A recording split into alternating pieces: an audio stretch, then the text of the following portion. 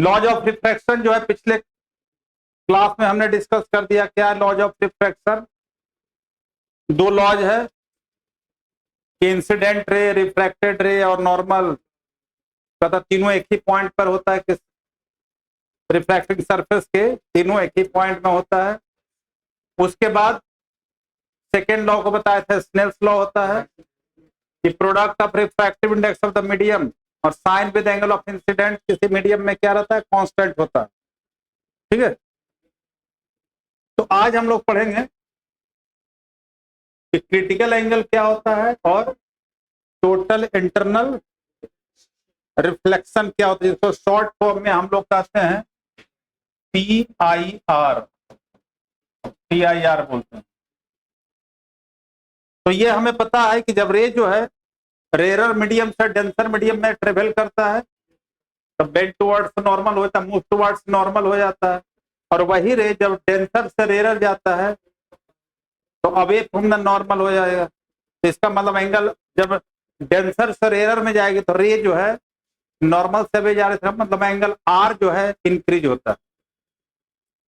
तो यहाँ पर देखो, तो सबसे पहले हम देखते हैं ये सब में कि क्रिटिकल एंगल पहले क्या होता है। Critical angle, critical angle low, suppose that यह एक सरफेस है, एक्स बाई एक्स सरफेस है। इसको हम लोग इंटरफेस भी बोलते हैं क्योंकि दो मीडियम को सेपरेट कर रहा है। सपोज दैट के ऊपर एयर है, ये है एयर और ये लेते हैं ग्लास है, चाहे वाटर है। तो एयर को क्योंकि बताया सबसे कम जो रिफ्रैक्टिव इंडेक्स होता है वैक्यूम और एयर, मतलब ऐसे तो कहा जाता है वैक्यूम का 1 होता है, एयर का 1.006 होता है, फिर भी दोनों का अप्रोक्सीमेटली वैल्यू इक्वल है। तो एयर को रेयर सबसे कम रिफ्रैक्टिव इंडेक्स, उसके रेस्पेक्ट ग्लास डेंसर है। अब कोई ऑब्जेक्ट है, देखो यहां पर अगर कोई ऑब्जेक्ट है, ये ऑब्जेक्ट है, अब ये ऑब्जेक्ट डेंसर मीडियम में है। हेलो, नहीं तो पूरा मतलब नीचे। अच्छा हाँ, तो कोई बात। क्या है?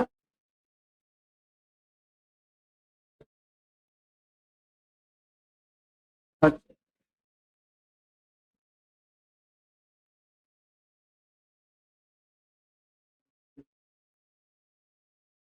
अच्छा, आता हूँ, मैं बात करता हूँ।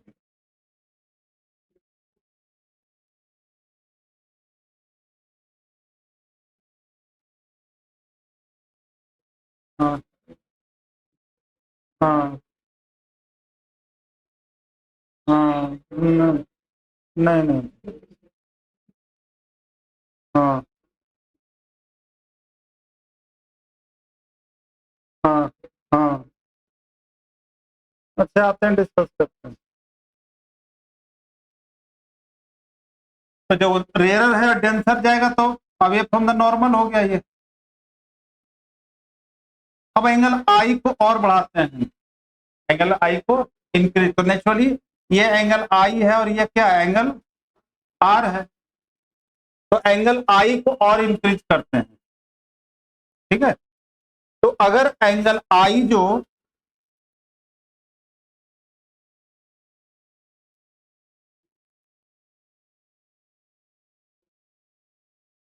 एक पर्टिकुलर एंगल पर जैसे नॉर्मल है, एंगल आर जो है 90 डिग्री हो जाए, एंगल आर कितना हो जाए, तो इस इंसिडेंस एंगल को कह देते हैं हम लोग क्रिटिकल एंगल। इस इंसिडेंस एंगल को क्या कहते हैं? Critical angle. ठीक है, तो एक तरह से क्या हो गया, angle of incidence in denser medium. मतलब क्रिटिकल एंगल किसमें बनेगा, डेंसर मीडियम हमेशा बनेगा। The angle of incidence in denser medium for विच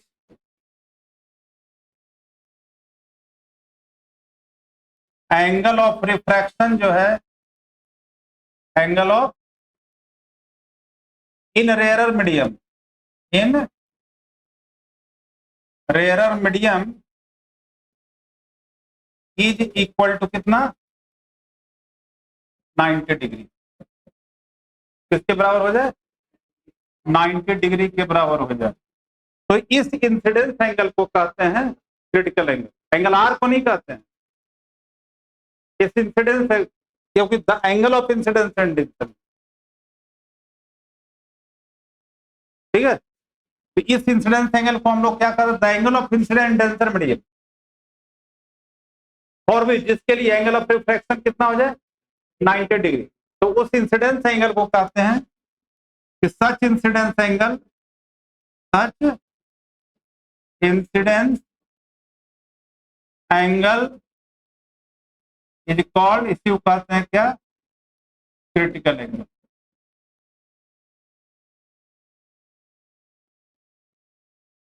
इस इंसिडेंस एंगल को कहते हैं हम लोग क्या, क्रिटिकल एंगल बोलते हैं। अब यहां पर एक रिलेशन है, रिलेशन बिटवीन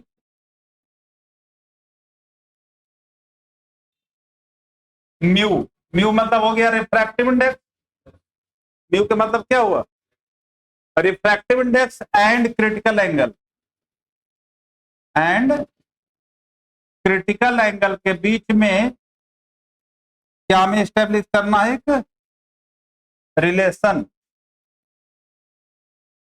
तो ये रिलेशन क्या है, देखो इधर अभी आपको बताती है, ग्लास से एयर जा रहा है, तो यहां पर यूज करते हैं using Snell's law, using Snell's law. तो स्नेल्स लॉ को हमने यूज किया, तो स्नेल्स लॉ क्या होता है, mu is equal to sine angle I upon sine angle R. अब ये म्यू कहां से कहां जा रही है रे, ग्लास से एयर में, तो इसको हम लोग लिखते हैं g mu a, g mu a, glass to air, ठीक है। तब हम लोग इसको क्या करते हैं, क्योंकि कोई भी मीडियम का जो रिफ्रैक्टिव इंडेक्स दिया हुआ है किसके रेस्पेक्ट में होता है, एयर के रेस्पेक्ट में। तो रिवर्स है कि refractive index air with respect to glass है, तो इसको हम लोग क्या करते थे, रिवर्स कर देते हैं। तो ये कितना हो जाएगा, a mu g equal to sine angle r upon sine angle i, sine angle r upon sine angle i. अब आर देखो, आर कितना इसके लिए बना है, 90 डिग्री, साइन साइन 90 डिग्री, और उसके लिए एंगल ऑफ इंसिडेंस कितना है, क्रिटिकल एंगल है, तो ये हो गया साइन सी हो गया आपका। तो साइन 90 कितना होता है, 1 होता है। तो ये म्यू इक्वल टू एक रिलेशन हो गया, mu equal to 1 by sine c, ये रिलेशन हो गया।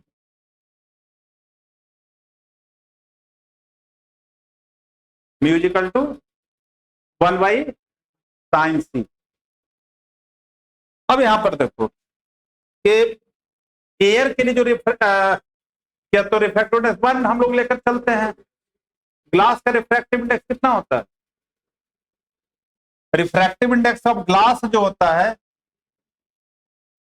क्या बताए थे, 3/2, मतलब 1.5 हो गया।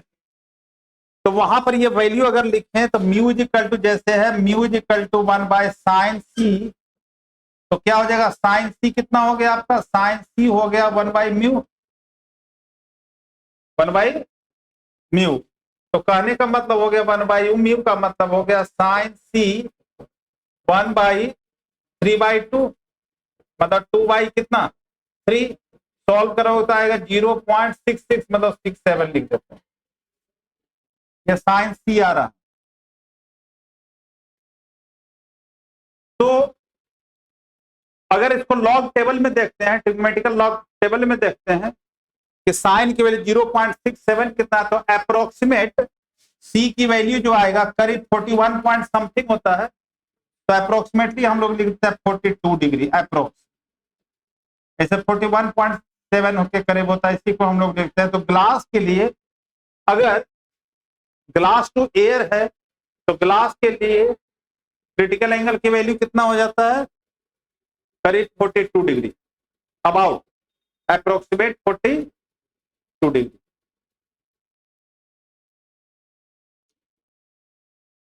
ठीक है।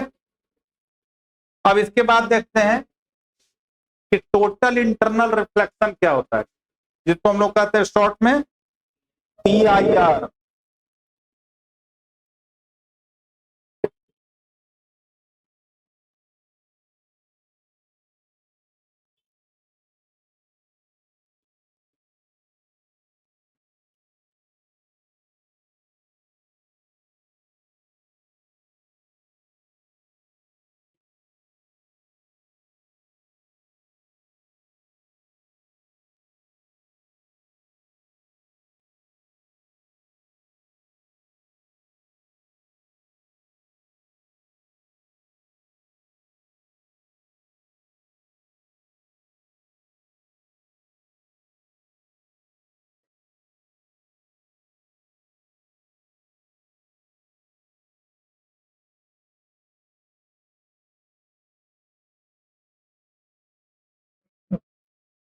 नेक्स्ट है total internal reflection. Total internal reflection.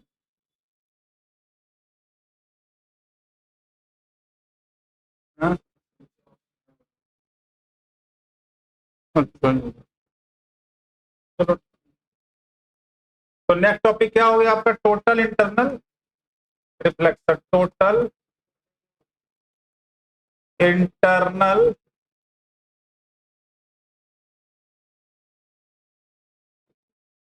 Reflection. अब TIR देखो, तो देखो वही एक ग्लास है और ये क्या है, एयर, XY सरफेस है ये। अब कोई रे, अभी आपने देखा कि एक पर्टिकुलर एंगल पर जब एंगल R जो हो जाता है कितना, 90 डिग्री, तो उस इंसिडेंस एंगल को हम लोग कहते हैं क्या चीज, क्रिटिकल एंगल हो गया। अब एंगल I जो है क्रिटिकल एंगल से भी बड़ा हो, एंगल I जो है क्या है, क्रिटिकल एंगल से भी क्या हो जाए, बड़ा हो जाए, तब क्या होगा, ये नॉर्मल है और ये एंगल I जो है ग्रेटर देन C है। तो अब मैक्सिमम रिफ्लेक्शन कहां तक था, 90 डिग्री। तो अब रे जो है इसलिए कहता है, ये फेनोमेनन को कहते हैं TIR। तो इसलिए ऐसा नहीं है कि रिफ्लेक्शन ओनली रिफ्लेक्टिंग सरफेस से ही होता है, रिफ्लेक्शन जो है रिफ्रैक्टिंग सरफेस से भी होता है। कंडीशन है कि एंगल I जो हो ग्रेटर देन क्रिटिकल एंगल। इसको हम लोग कहते हैं क्या चीज, TIR। क्या होगा, द फेनोमेनन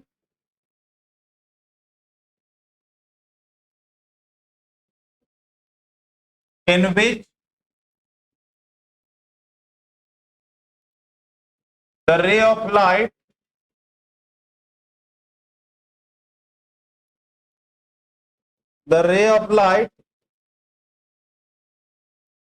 gets reflected, क्या हो जाए, रिफ्लेक्ट हो गया, gets reflected in denser medium,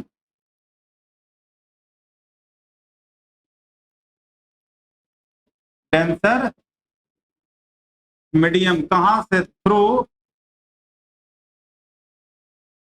refracting surface, कौन सा सरफेस है? Refracting surface when angle of incidence जो है greater than critical angle. Angle i जो है क्या हो जाए? Greater than critical angle. तो उसको कहते हैं known as TIR।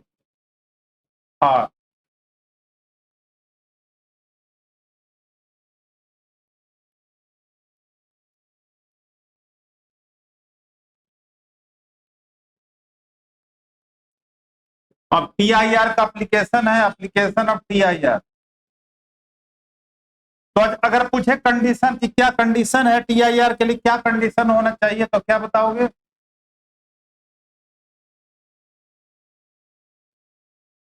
Condition for TIR। तो पहला क्या कंडीशन है?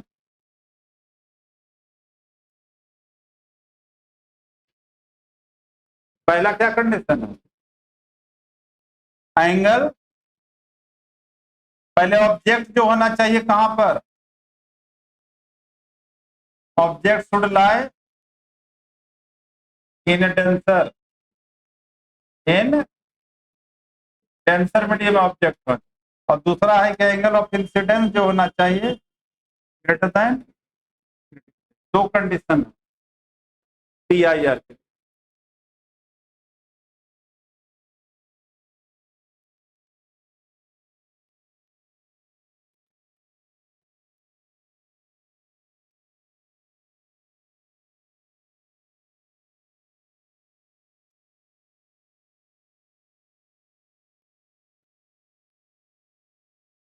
तो एप्लीकेशन अब है एप्लीकेशन ऑफ TIR।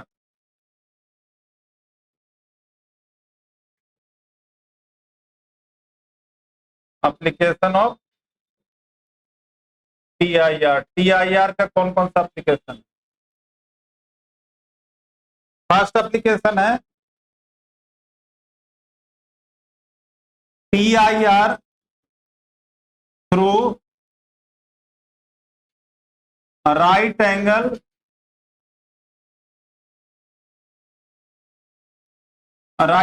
प्रिज्म। अब राइट एंगल प्रिज्म का मतलब क्या है कि एक एंगल जो है 90 डिग्री, अदर टू एंगल कितना हो जाए? राइट एंगल प्रिज्म मतलब राइट एंगल आइसोसेलेस प्रिज्म कहते हैं। दोनों ईच एंगल जो होना चाहिए, दोनों जो है 45 डिग्री 45। ऐसे तो जनरल स्कूल में जो आपने एक्सपेरिमेंट किया है तो इक्वेटरल प्रिज्म है, यह है कौन सा? राइट एंगल प्रिज्म है। और भी इसको कर सकते राइट एंगल जो है आइसोसेलेस,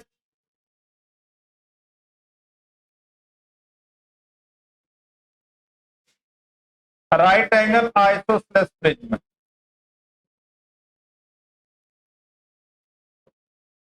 उसके बाद है ऑप्टिकल फाइबर, ऑप्टिकल फाइबर हो गया। उसके बाद है brilliance of diamond, brilliance of diamond. Diamond में इतनी शाइनिंग कैसे होती है? और उसके बाद एक फेनोमेनन होता है मिरेज, मिराज जिसको बोलते हैं।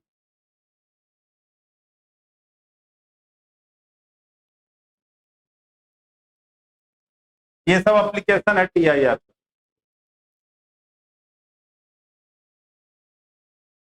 तो सबसे पहले लिखते हैं TIR through right angle prism, isosceles right angle prism.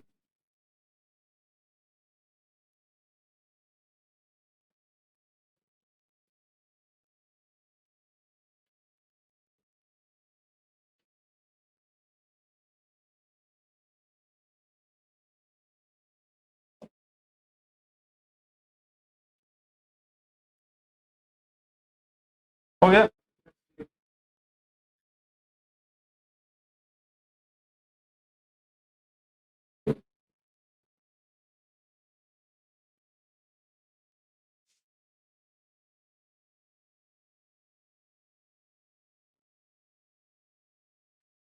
तो सबसे पहले देखते हैं पहला जो है कि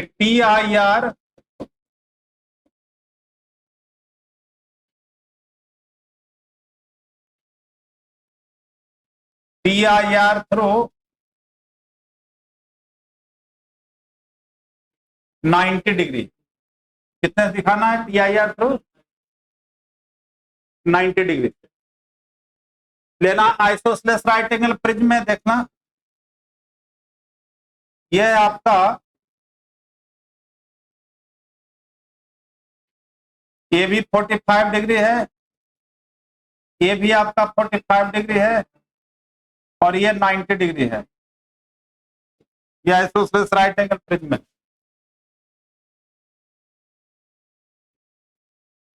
यहां पर समझो कि सपोज दैट एक ऑब्जेक्ट है, यहां पर ए बी एक ऑब्जेक्ट है आपका, ए बी क्या है? ऑब्जेक्ट।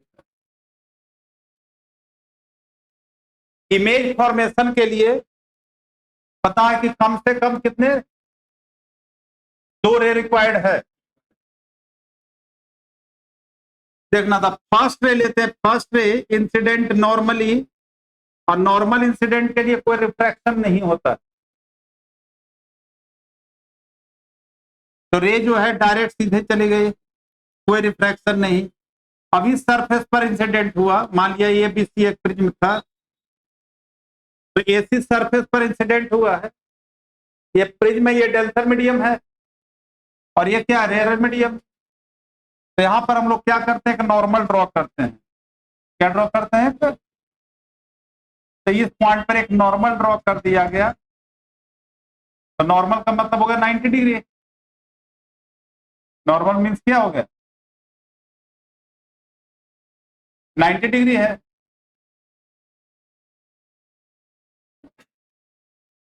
अब देखो, जब 90 डिग्री है तो इसका मतलब ये वाला नहीं, ये वाला इतना एंगल क्या है? 90 डिग्री है नहीं वाला,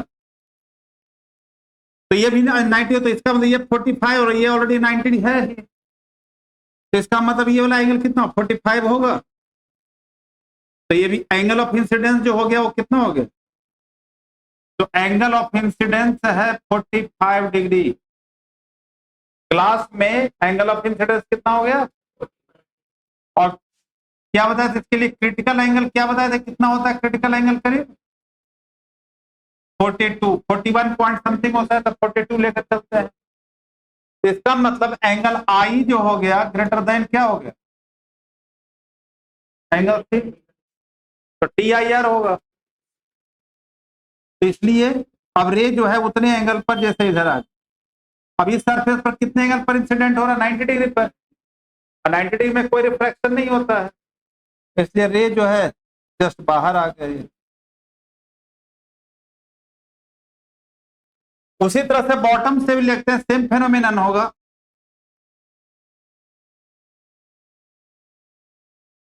फिर यहां पर एक नॉर्मल ड्रॉ करेंगे, तो नॉर्मल पहले का एकदम पैरेलल ही होगा। फिर ये 45 डिग्री हो गया, ये होगा ना, ये एंगल ऑफ इंसिडेंस फिर कितना हो गया 40,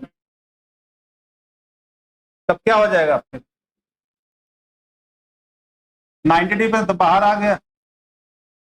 तो देखो ए से हो गया ए डैश और बी से हो गया, मतलब इस एक तरह से कितने डिग्री से रोटेट कर गया ऑब्जेक्ट, कितने इमेज जो बना ऑब्जेक्ट के रेस्पेक्ट में 90 डिग्री रोटेट कर गया ना। ऑब्जेक्ट ऐसे था वैसे दिख, तो इसे कहते हैं TIR थ्रू 90 डिग्री। ये हो गया TIR थ्रू 90 डिग्री। ये बहुत इंपॉर्टेंट है, ये क्वेश्चन ये आता है ड्रॉ करने के लिए। इसके बाद है TIR थ्रू 180 डिग्री।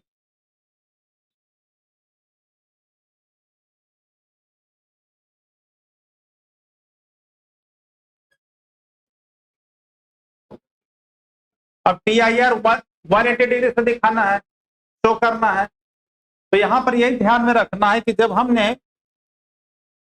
90 डिग्री से तो परपेंडिकुलर या बेस के पैरेलल रखते हैं, हाइपोटेन्यूज के लिए इस केस में क्या करते हैं कि ऑब्जेक्ट जो होगा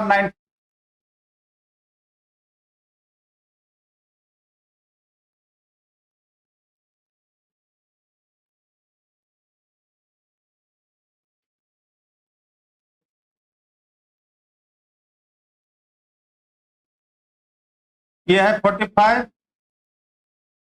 ये भी है 45 और ये है आपका कितना 90 डिग्री।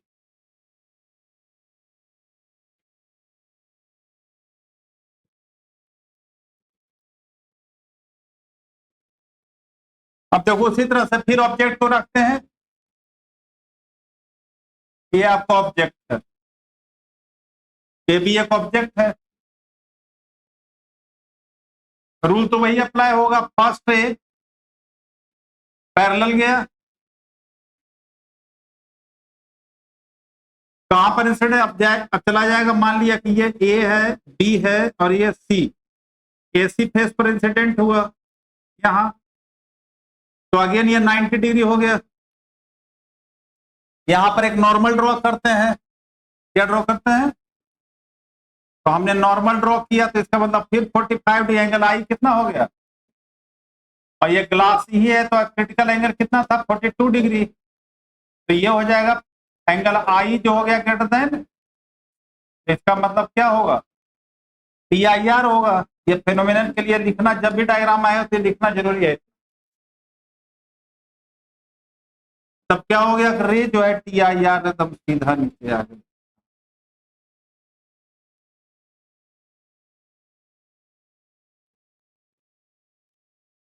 ये तो ग्लास के अंदर ही हुआ है, ये ग्लास है, रेयर है। अब देखना इधर, ये 40 90, तो इसका मतलब ये 45 है, ये भी 45 हो गया, तो इसका मतलब फिर से एक नॉर्मल ड्रॉ करना होगा। तो एक फिर से नॉर्मल अगर ड्रॉ करते हैं, देखना यहां पर हमने फिर से एक नॉर्मल ड्रॉ कर दिया,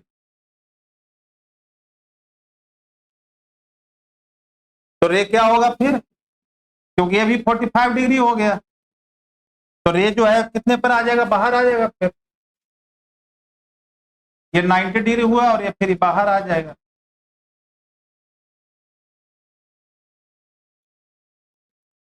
क्योंकि ये कितना है 45 डिग्री।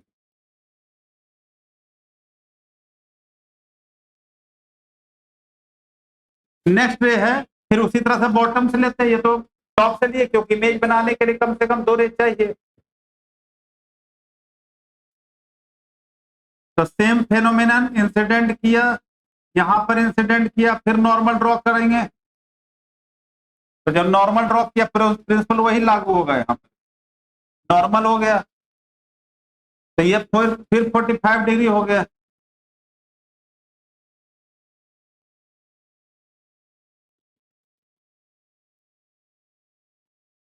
फिर यहां पर एक नॉर्मल ड्रॉ करोगे, क्योंकि इसमें डबल TIR, इसमें सिंगल TIR हो रहा था, ध्यान देना, एक ही बार TIR हुआ, यहाँ पर एक, यहाँ TIR हो गया, यहाँ भी TIR हो गया, तो 180 डिग्री करने का मतलब है कि ये डबल TIR हो रहा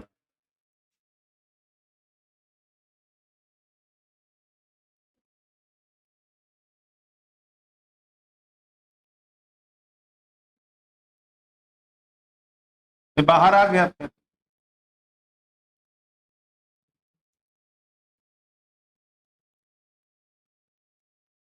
तो देखो बी से ये बी डैश क्या हुआ, ए से ए डैश और बी से फिर आया बी डैश, तो कैसा इमेज बन गया, देखो एक उल्टा इमेज बन गया, इन्वर्टेड इमेज बन गया।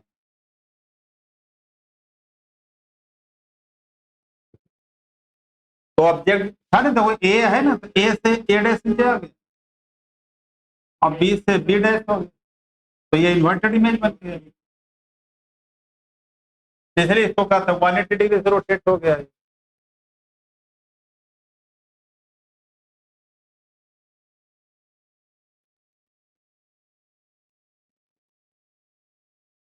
इसी में एक और केस है, ये ए हो गया, ये बी हो गया, एक सी है, कहता when ray of light incident parallel to hypotenuse, hypotenuse के पैरेलल, कोई राइट एंगल प्रिज्म ही है।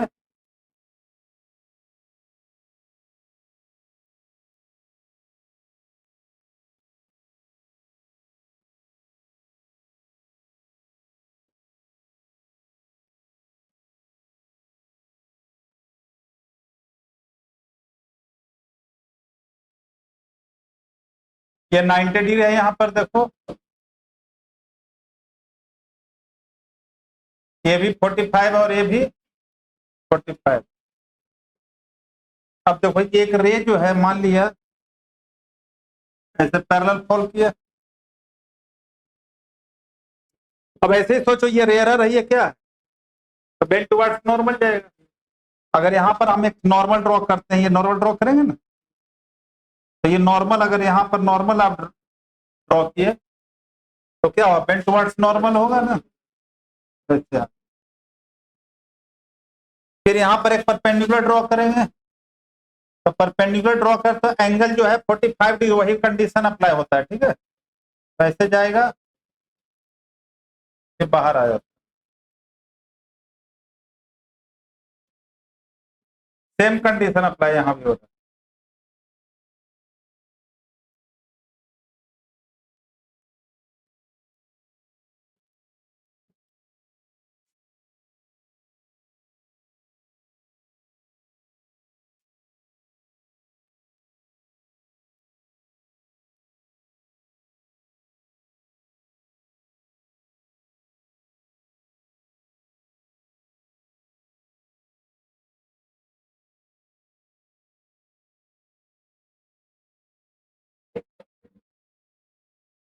ये नॉर्मल था, ये क्या था, नॉर्मल। उसी तरह से अनदर रे लेते हैं, तो वही सेम फेनोमेनन होगा, पैरेलल जाएगा, फिर बाहर आ। तो कहने का मतलब यहाँ जो ऑब्जेक्ट था, सपोज दैट क्या ऑब्जेक्ट है ए बी, तो बी से आ गया बी डैश और ए से आ गया, इस केस में भी कैसा इमेज बनता है, इन्वर्टेड इमेज।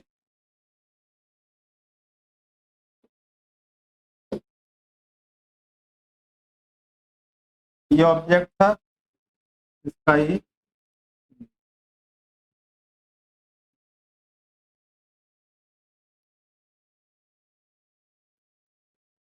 तो ये 3 डायग्राम है, प्रिज्म से रिलेटेड 3 डायग्राम है और इम्पोर्टेंट होता है।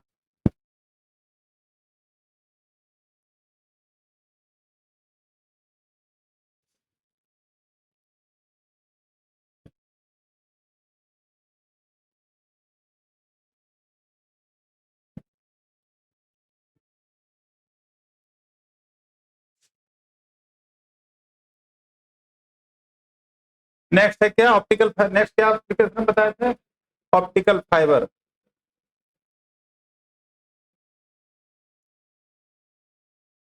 तो ऑप्टिकल फाइबर क्या है, देखो ऑप्टिकल फाइबर,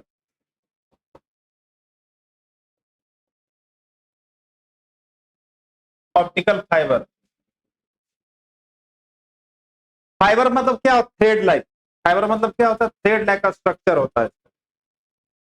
ऑप्टिकल मतलब कहने का मतलब, तो ऑप्टिकल मतलब ग्लास से रिलेटेड हो गया।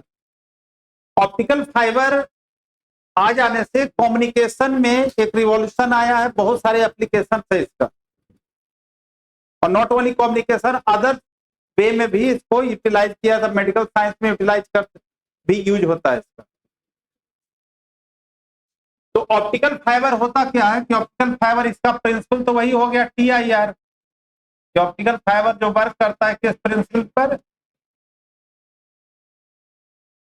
TIR, टोटल इंटरनल रिफ्लेक्शन पर ही वर्क करता है।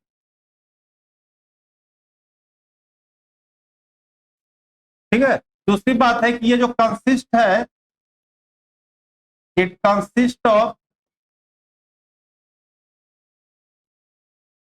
टू मटेरियल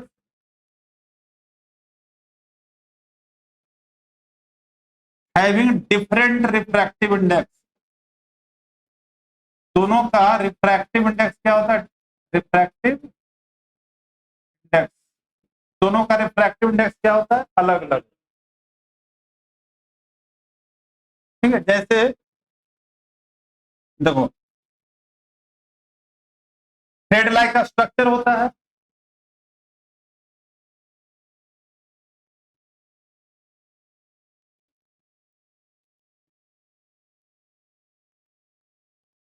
इसका ये इनर लेयर है, दो मटेरियल से बना होता है। उसके बाद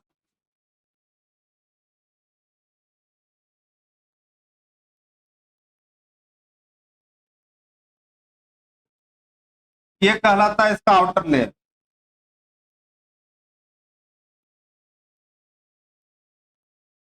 ये है अंदर वाले को कहते हैं हम लोग इनर, और दोनों different having different refractive index. तो ये आउटर लेयर है, ये है आउटर लेयर, आउटर लेयर हो गया। आउटर कोर भी बोलते हैं और इनर कोर।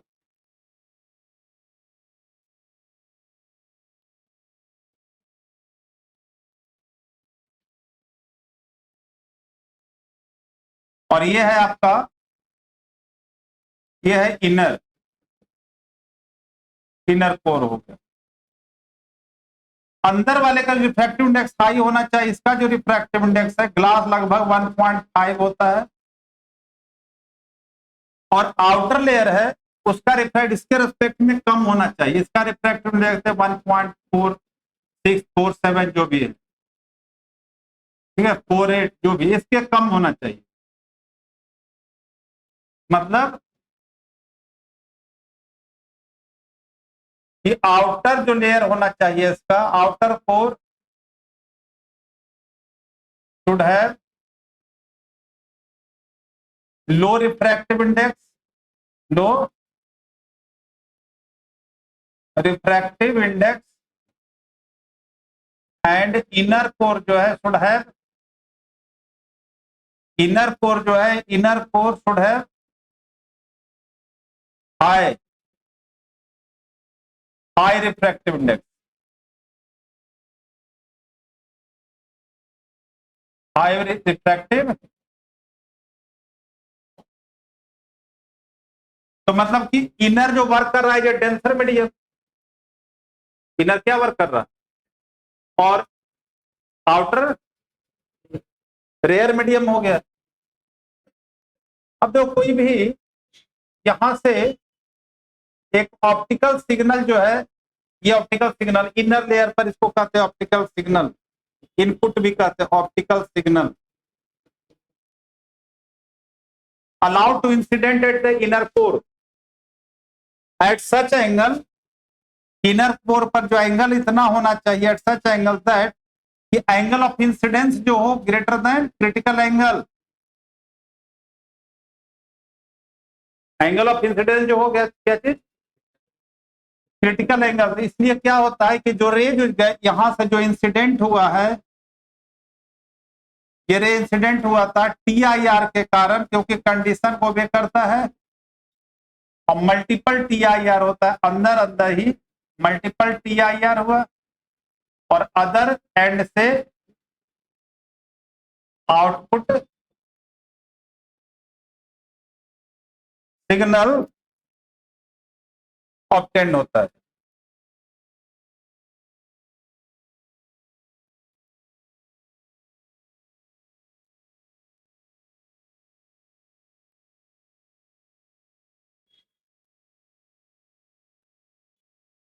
तो यहां पर हमने क्या कहा कि इनपुट सिग्नल जो हुआ, इनपुट वही ऑप्टिकल जो हो गया, input signal is allowed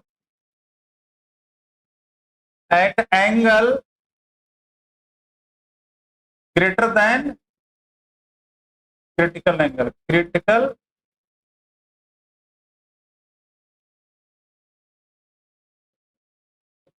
critical angle. तो जिसके कारण था due to multiple TIR, multiple TIR, multiple TIR के कारण the signal comes out without appreciable loss of energy.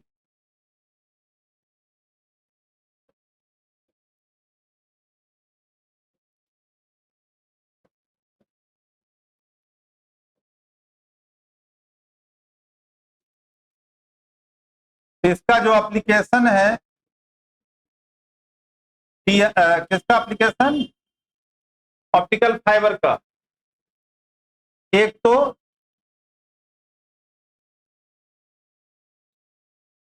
Networking में यूज होता है, यूज इन नेटवर्किंग।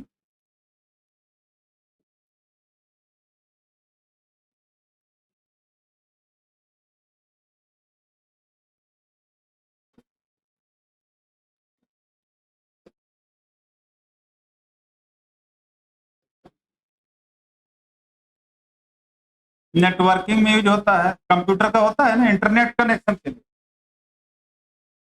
उसके मेडिकल साइंस में यूज होता है, used in medical science. Medical science में एक प्रोसेस होता है, मेडिकल साइंस जिसको कहते हैं endoscopy, used in medical science और एंडोस्कोपी। अब एंडोस्कोपी क्या होता है,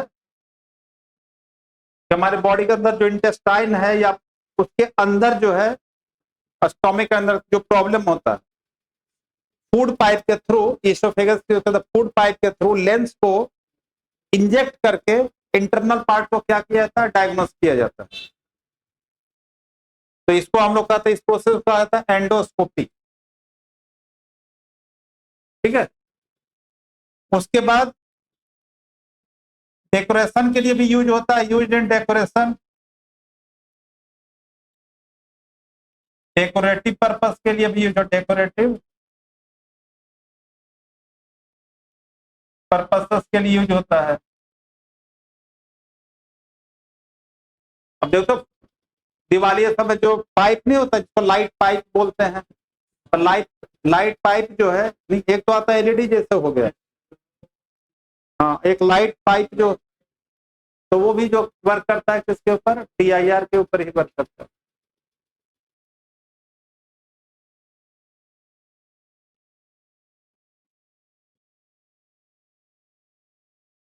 तो ये ऑप्टिकल फाइबर हो गया। इसके बाद है ब्रिलियंस ऑफ डायमंड।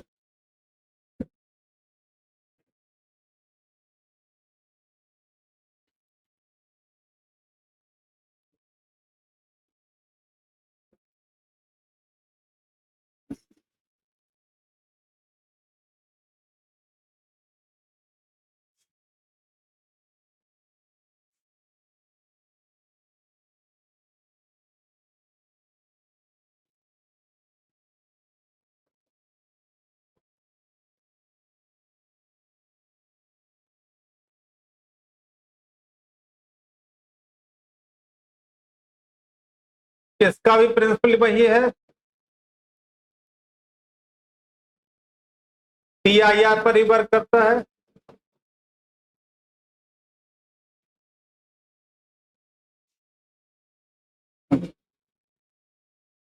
इसका हाई रिफ्रैक्टिव इंडेक्स होता है, इसका रिफ्रैक्टिव इंडेक्स जो है करीब 2.41 के करीब होता है इसका। इसका जो रिफ्रैक्टिव इंडेक्स है,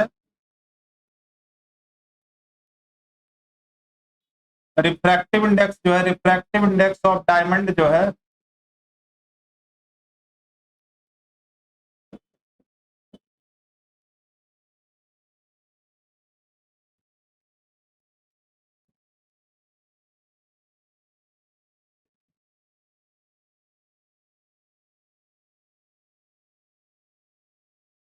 तो जिसके कारण इसका जो क्रिटिकल एंगल बनता है, क्रिटिकल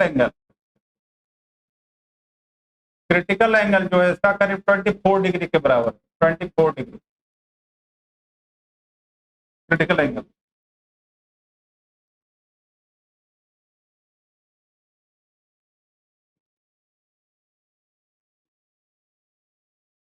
कहा जाता है कोई भी डायमंड को कितना कॉस्टली बनाना है वो डायमंड कटर के ऊपर डिपेंड करता है।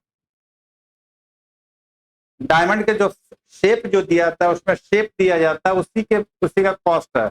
डायमंड तो है क्या, स्टोन ही है ना भाई, लेकिन उसका शेप किस तरह से कट किया जाता है, यही कहा जाता है डायमंड कटर ही, मतलब कि डायमंड को पहचानने वाले को कहते हैं, मतलब जो जौहरी कहा जाता है। डायमंड की पहचान तो जौहरी ही करते हैं। तो वो डिपेंड करता है डायमंड के कटिंग के ऊपर। तो कटिंग है वही है कि उसका फेस जो है कि जैसे कि किसी भी एंगल से, मतलब किसी भी फेस के ऊपर अगर रे ऑफ लाइट इंटर कर रहा है, इंसिडेंट कर रहा है, तो इंसिडेंट करने के बाद जैसे बाय द वे इसको इस तरह से कट किया था, इसका फेस इस तरह से कट किया जाता है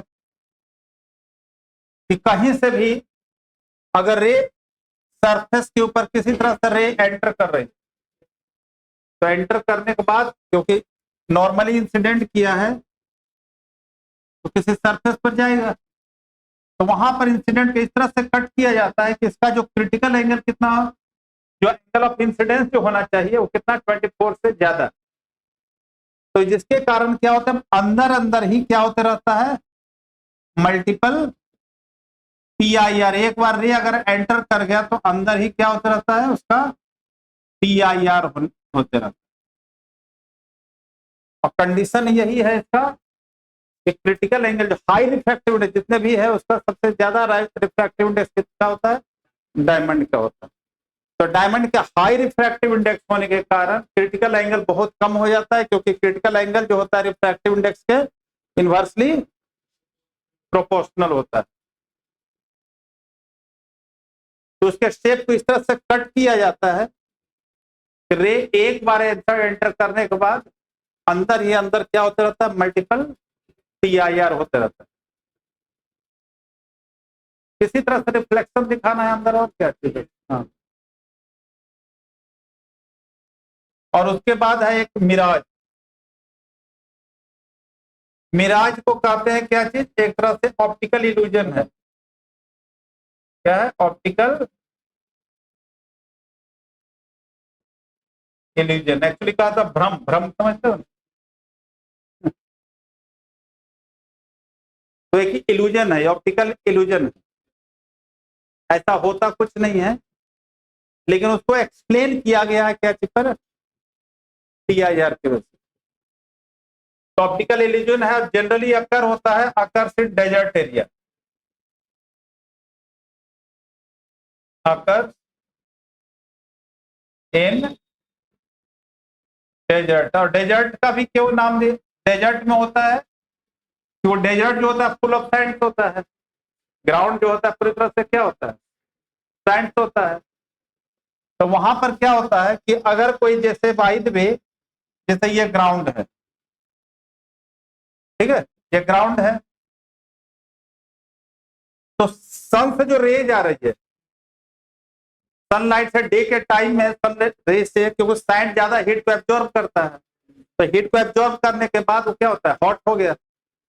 तो सराउंडिंग लेयर जो है एटमॉस्फेयर का लोअर लेयर जो ग्राउंड के कांटेक्ट में, उस हीट रेडिएशन से, मतलब कि हीट को एब्जॉर्ब करने के बाद जो सैंड जो है रेडिएशन को क्या करता है रिलीज करता है, तो उस रेडिएशन से जो लोअर लेयर जो है वो क्या होता है हॉट हो जाता है। तो हॉट होने के बाद क्या हो जाए उसकी डेंसिटी कम जाएगी, डेंसर बन जाएगा, रेयरर बन गया कंपैरेटिवली अपर लेयर। ये अपर लेयर है और ये हो गया क्या चीज लोअर लेयर। तो अपर लेयर जो एक्ट कर रहा है कंपैरेटिवली डेंसर की तरह, और लोअर लेयर में एक्ट कर रहा है किसकी तरह रेयरर। ठीक है, ये डिफरेंट डिफरेंट लेयर है ना एटमॉस्फेयर का। तब क्या होता है कि कोई डेजर्ट में एक माइंड में होता है कि पानी के लिए इधर उधर भागते रहता है, तो फार अवे कोई ऑब्जेक्ट देखता है, फार अवे मान लिया कि फार अवे में कोई ऑब्जेक्ट है, ठीक है, फार अवे जो है कोई ये ऑब्जेक्ट है, पेड़ है।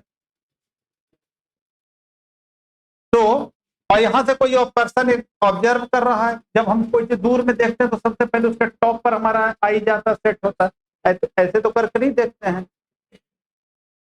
तो इसका मतलब अपर लेयर से रे चलिए, तो अपर लेयर से चलने वाला जैसे ही अपर लेयर है, तो यहां पर ऐसे समझो कि ऊपर डेंसर है कंपैरेटिवली, नीचे क्या रेयरर है। तो रे जब डेंसर से रेयरर में जाते तो क्या होता है, अवे फ्रॉम द नॉर्मल, क्या होगा, अवे फ्रॉम द नॉर्मल हो जाएगा।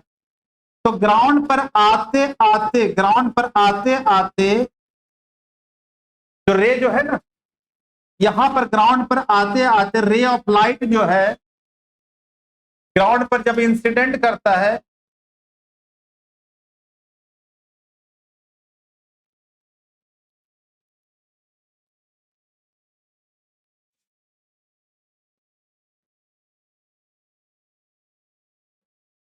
ग्राउंड पर आते आते जब इंसिडेंट करता है तो यहां पर आने के बाद एंगल ऑफ इंसिडेंस जो हो जाता है क्या चीज, ग्रेटर देन। तो यहाँ जो ऑब्जर्वर, जो यहाँ पर ऑब्जर्वर था उसके पास जो रे क्या होता है, रिटर्न होकर के जाती है, तो उसको क्या लगता है कि रे एकदम सीधी आ रही है ना, रे ऑफ लाइट, क्योंकि और सही कि लाइट जो है क्या है, स्ट्रेट पाथ पर ट्रेवल करता है, तो उसको लगता है कि रे ऑफ लाइट एकदम कहीं नीचे से आ रही है, नीचे से। तो इसका जो इमेज जो है, इसका जो इमेज है ना, कैसा उल्टा दिखाई देता है इसका इमेज, इसका इमेज जो है उल्टा दिखाई देता है। तो क्या सोचता है कि अरे वहां इमेज उल्टा दिखाई दे रहा है, इसका मतलब वहां पर क्या चीज है, वाटर।